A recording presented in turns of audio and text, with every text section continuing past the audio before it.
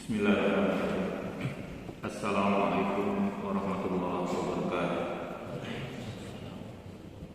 Alhamdulillah, alhamdulillahilladzi anzala al-Qur'an hudan lin-nasi wa bayyinatin minal huda wal furqan. Asyhadu an la ilaha illallah wa la syarika lahu wa asyhadu anna Muhammadan abduhu wa rasuluhu sallallahu alaihi wasallam la nabiyya ba'da.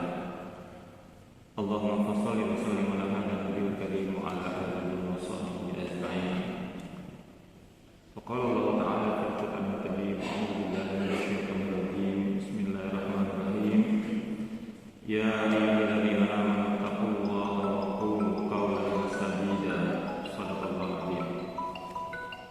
Ma'asyiral muslimin rahimakumullah.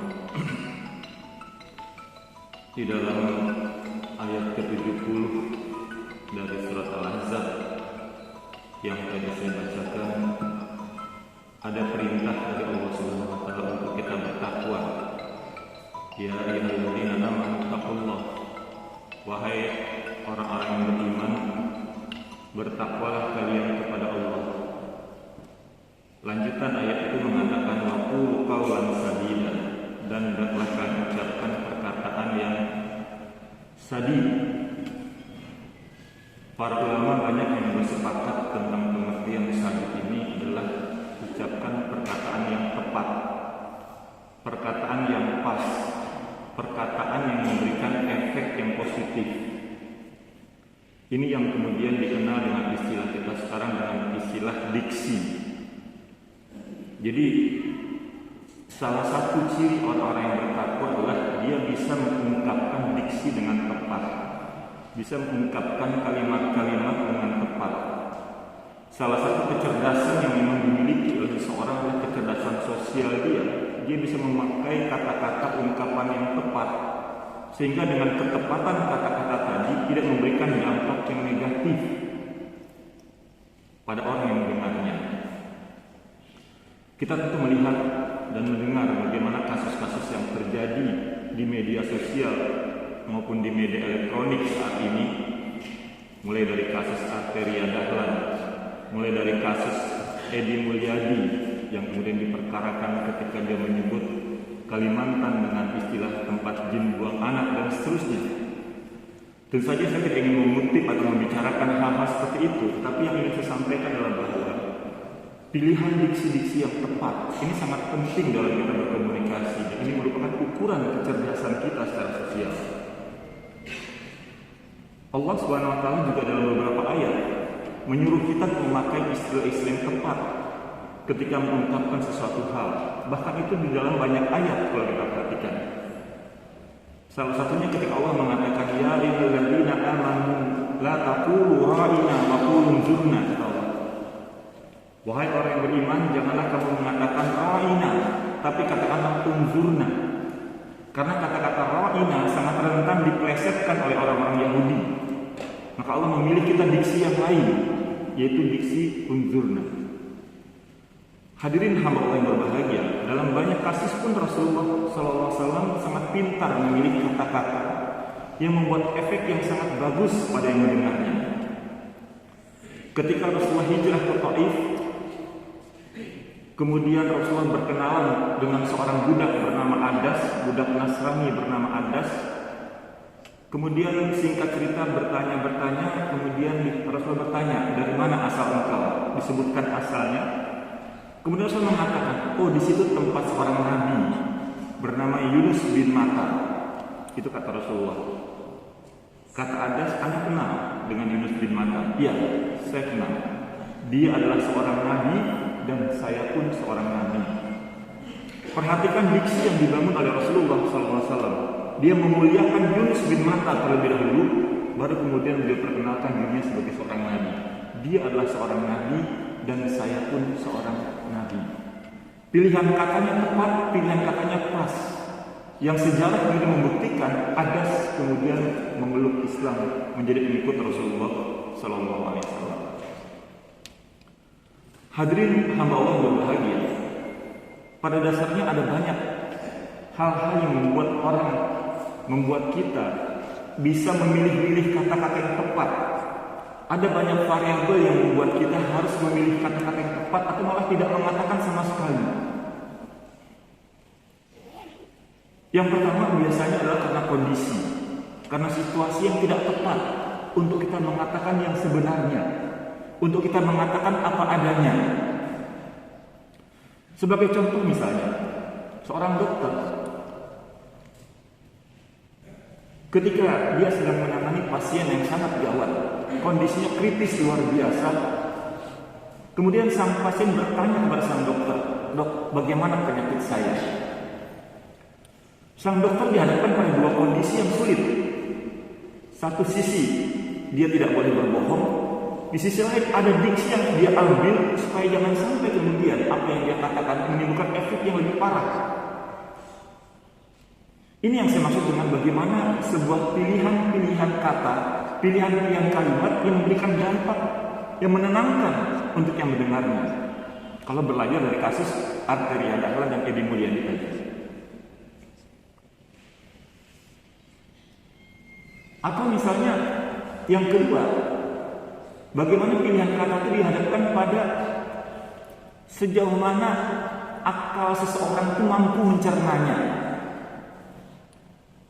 Ketika seorang ibu ditanya, "Ibu atau mama, kenapa sih mama perutnya besar? Kenapa sih mama hamil? Bagaimana sih mama proses bisa hamil?" Kan tidak mungkin seorang ibu menjelaskan secara apa adanya kepada sang anak yang masih berusia misal 7 atau 8 tahun. Pilihan diksi-diksi kalimat-kalimat yang tepat sesuai dengan akalnya ini yang sangat penting, dan ini yang Allah katakan, "Ya ayyuhalladzina amanu ittaqullaha wa qulu qawlan sadida." Hendaklah kalian ucapkan perkataan yang tepat. Salah satu doa Nabi Musa alaihissalam ketika dia akan berdakwah kepada Fir'aun pun adalah meminta agar lisannya dilancarkan, agar kata-kata yang diucapkan membekas. Rabbi shrah li sadri wa yassir li amri wahlul 'uqdatam min lisani yafqahu qawli. Itu doa Nabi Musa. Agar dibuat lancar, agar kata-kata yang diucapkan itu bisa menenangkan. Ketika kita berhadapan dengan pasien yang mungkin butuh suasana tenang, butuh suasana di mana penyakitnya tidak apa-apa sebenarnya, perlu diksi-diksi yang tepat. Ketika kita perlu berhadapan dengan masyarakat yang serba cemas, serba ketakutan dan seterusnya, perlu kalimat-kalimat yang menenangkan. Berbicara apa adanya pada kondisi yang tidak tepat akan bisa menyulut dan efek yang tidak baik. Ini mungkin yang terjadi pada dua kasus yang kita dengar belakangan ini. Hadirin hamba Allah yang berbahagia. Yang ketiga, kita lihat juga Rasulullah SAW ketika berbicara dengan orang juga beliau menyesuaikan dengan sejauh mana hal tersebut akan diimplementasikan. Tidak sekedar asal bertanya kemudian asal menjawab atau menjawab dengan yang sebenarnya, tapi jawaban itu tidak segera diimplementasikan. Pernah ada seorang pemabuk bertanya kepada Rasulullah, "Ya Rasulullah, terangkan kepadaku tentang Islam." Rasulullah hanya menjawab singkat, "Islam itu sederhana, kamu tidak berbohong, itulah Islam." Kenapa pilihan Rasulullah sampai kepada kata-kata bohong? Hikmahnya yang bisa kita petik adalah bohong adalah hal yang termudah yang bisa dilakukan segera oleh seorang pemabuk. Lihat pilihan kalimatnya, lihat pilihan diksi yang Rasulullah sampaikan. Hal yang serupa pernah seorang Buya Hamka ditanya oleh seseorang. Orang itu bertanya, "Buya Hamka, wahai Ustaz, wahai Buya, kalau seandainya saya ke bulan, kalau seandainya saya tiba di bulan, kira-kira saya menghadap sholat itu kemana? Kemana harus saya menghadap ketika saya sholat? Kiblat itu kemana kalau saya di bulan?" Lihat, perhatikan dengan pertanyaan seorang pemabuk yang bertanya kepada Rasulullah dengan pertanyaan orang ini kepada Buya Hamka. Pertanyaan pemabuk kepada Rasulullah masalah adalah pertanyaan yang ingin mengimplementasikan segera. Dan jawaban Rasulullah ketika dia bertanya tentang Islam adalah Islam itu jangan bohong. Itu. Dan akhirnya dia bisa melaksanakan. Dan rentetan pelaksanaan jangan bohong tadi merembet kepada amaliyah soleh yang lain yang dilakukan oleh seorang perampok tadi. Orang yang kedua bertanya kepada Buya Hamka, tentu saja pada kasus yang berbeda. Dia bertanya, wahai Buya Hamka, kalau saya tiba di bulan, kemana harus saya menghadap kiblat? Kemana harus saya menghadap ketika saya sholat? Orang ini bertanya dengan Buya Hamka tidak bertanya di bulan. Dia bertanya di Indonesia. Apa jawaban Buya Hamka? Dan lihat bagaimana kualitas pertanyaannya.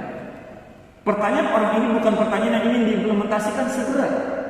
Hanya sekedar pertanyaan ingin tahu dan pertanyaan berandai-andai. Seandainya saya ada di bulan, kira-kira saya menghadap sholat kemana? Apa jawaban Buya Hamka? Lihat, pilihan diksi jawaban Buya Hamka yang sangat cerdas. Tanpa menyinggung yang bertanya, tapi juga tuntas. Apa jawaban Buya Hamka? Kata Buya Hamka, Bapak ke bulan saja dulu.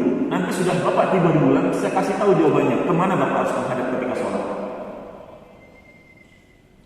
Ini yang saya maksud dengan bagaimana kadang-kadang dalam komunikasi di masyarakat kita, di tengah-tengah lingkungan sosial kita, ketersinggungan dalam ucapan-ucapan, dalam obrolan-obrolan yang terjadi, karena kadang-kadang kaulan sadida itu tidak terjadi. Kadang-kadang kaulan sadida itu tidak diperhatikan. Kita kadang-kadang tidak menenggang perasaan orang ketika menyampaikan kalimat-kalimat, ungkapan-ungkapan, tapi kadang-kadang kita lebih meminta dipahami oleh orang. Saya ini emang orangnya dari dulu begini, suka ceplas-ceplos. Jadi kalau tersinggung maaf-maaf saja. Itu kan sebuah kalimat yang minta dipahami sebenarnya. Padahal dalam komunikasi sosial kita sangat banyak pertimbangan-pertimbangan kita untuk lebih memahami orang ketimbang kita yang dipahami. Kalau kita perhatikan jawaban Rasulullah SAW terhadap pertanyaan-pertanyaan yang hampir mirip, jawaban Rasul kadang-kadang berbeda-beda. Disesuaikan dengan sejauh mana orang itu bisa mengimplementasikan apa yang Rasul sampaikan. Inilah sebabnya terdapat dalam kaidah dakwah kita ada yang mengatakan qatibun nas ala qadri uqulihim. Berbicara kepada manusia dengan kadar akalnya. Kalau kita lihat Rasul ketika ditanyakan, ya Rasulullah, amal apa yang terbaik? Kadang-kadang Rasulullah mengatakan amal terbaik itu sholat pada waktunya. Kadang-kadang Rasulullah mengatakan khairun nas anfa'uhum linnas. Sebaik-baik kalian adalah yang paling bermanfaat untuk manusia lain. Di lain kesempatan ketika ada yang bertanya, Rasulullah menjawab khairukum man ta'allama al-Qur'an. Sebaik-baik kalian adalah yang mempelajari Al-Qur'an. Di lain kesempatan Rasulullah mengatakan sebaik-baik kalian adalah yang paling baik kepada keluarganya, dan aku adalah yang paling baik kepada keluargaku. Artinya pilihan-pilihan jawaban tadi sangat menyesuaikan dengan apa-apa yang ada pada situasi penanya, pada kondisi akalnya, dan pada apakah sesuatu itu akan diimplementasikan segera atau tidak. Mudah-mudahan kita bisa menjadi orang-orang yang semakin bijaksana dalam berbicara, dalam menyampaikan sesuatu, sehingga pilihan-pilihan kata kita tidak memberikan dampak dan efek yang justru merugikan kita, atau bisa membuat kita mendapatkan suatu hal yang merugikan Islam itu sendiri. Wallahu a'lam bishawab. Aqulu qawli hadza wa astaghfirullah li wa lakum. Assalamualaikum warahmatullahi wabarakatuh.